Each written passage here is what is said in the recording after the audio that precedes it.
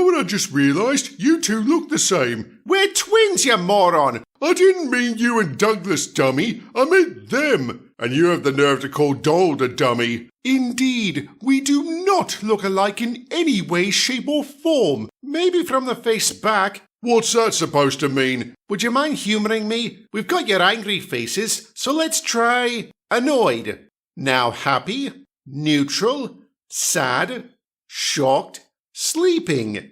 What do you think, Donnie? I think I might have to agree with Eric on this one. There's a slight difference in size and shape, but otherwise, that can't be right. Why would they give two entirely different diesels the same face? Budget restrictions? Plot convenience? More like an evil plot convenience. Mwahaha! That's right, cretins. I'm the one who gave you similar faces. Why are you wearing contact lenses, Justin? You fool! I am not Justin. I am the great... Oh, bugger.